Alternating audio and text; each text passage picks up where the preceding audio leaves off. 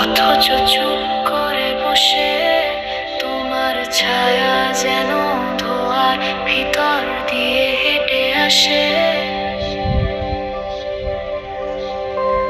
কেন যে এতদিন পর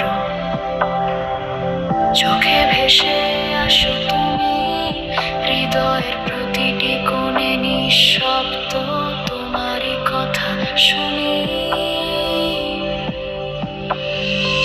একদিন যদি এই বৃষ্টির ভিড়ে দেখি আমি তোমায়, তুমি চুপ থাকো, আমি ভাবি আমি কি বলবো আমায়।